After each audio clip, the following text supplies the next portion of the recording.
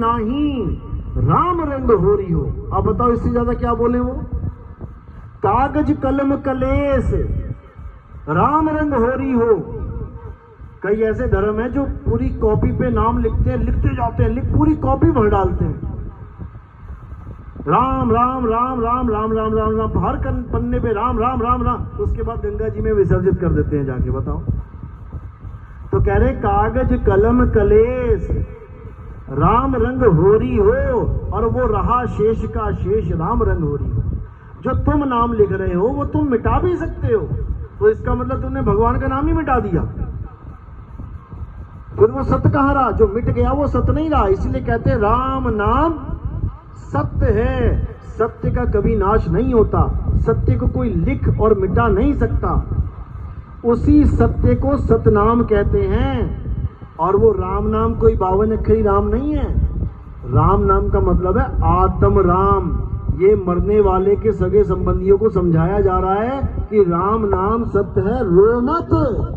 आत्मा सत्य है, आत्मा कभी नहीं मरी। जो तुझे लग रहा है तेरा बाप मर गया, तेरी माँ मर गई, तेरा चाचा मर गया, वो आत्मा है, वो नहीं मरेगा।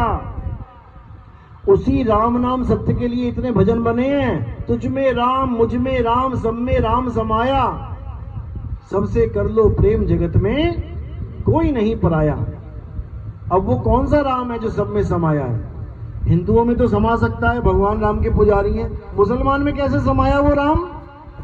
वो तो देखना पसंद नहीं कर रहे। ईसाई कभी मंदिर जाना पसंद नहीं कर रहे, गुरुद्वारे वाले कभी मंदिर नहीं जाते, तो वो कौन सा राम है?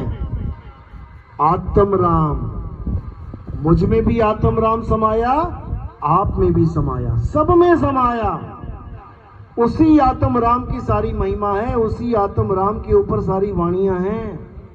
आत्म में राम, राम में आत्म, चीनस गुरमुख विचारे। लेकिन कोई समझने को तैयार ही नहीं है। कबीर साहब ने तो इतना खुलासा कर डाला, इतना कर डाला, लोग हैरान हो जाते हैं। साहिब कहते हैं एक राम दशरथ का बेटा, एक राम घट घट में बैठा, एक राम का सगल पसारा, एक राम तीनों से न्यारा। लोग कहते हैं भैया ये कौन सी वाणी बोल रहे हो? हमने तो कभी जीवन में नहीं सुनी, हमें तो एक ही राम का पता है, रघुपति राघव राजा राम। ये कौन से राम आ गए चार चार? तो तत्व की दृष्टि से देखोगे तब तुम्हें ये चारों अलग दिखाई देंगे। एक राम दशरथ का बेटा काया राम, जिसको देख के पहचाना जाता है। धनुष बाण वाली फोटो देखोगे अभी पहचान जाओगे, हाँ जी राम जी हैं ये।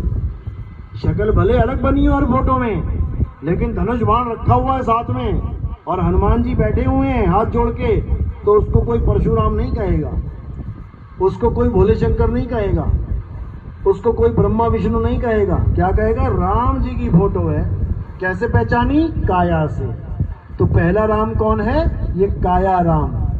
इसी काया राम को देख देख के आप पहचानते, अच्छा है ये सुनीता की लड़की है, ये शीला की लड़की है, ये फलाने का लड़का है, ढिकाने का लड़का है, इसी काया राम को देख के। तो पहला राम है काया राम, तन राम।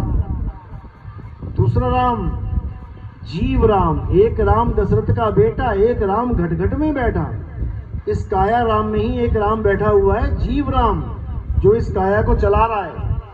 जीव के द्वारा ही काया जीवित है, नहीं तो काया मृत है। करंट के द्वारा ही पंखा चल रहा है, वरना पंखा मृत है, चल नहीं सकता। तो एक राम दशरथ का बेटा, एक राम गटगट में बैठा, एक राम का सगल पसारा। एक राम का ये सारा पसारा हुआ है। वो कौन है? वो मन राम है, जिसको अलख निरंजन कह देते हैं। उस मन राम का ये सारा पसारा, ये सारी सृष्टियां मन ही पैदा करता है। ये कल्पना रूपी सृष्टि है, इसको सच मत मान लेना कि ये सोफा सच है।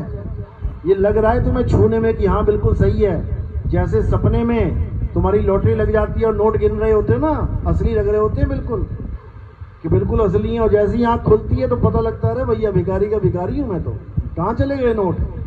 तो सपने में जैसे असलियत लगता है कि सब कुछ असली माल है, ऐसे ही जागृत में ये सब असली लग रहा है कि बिल्कुल असली माल है।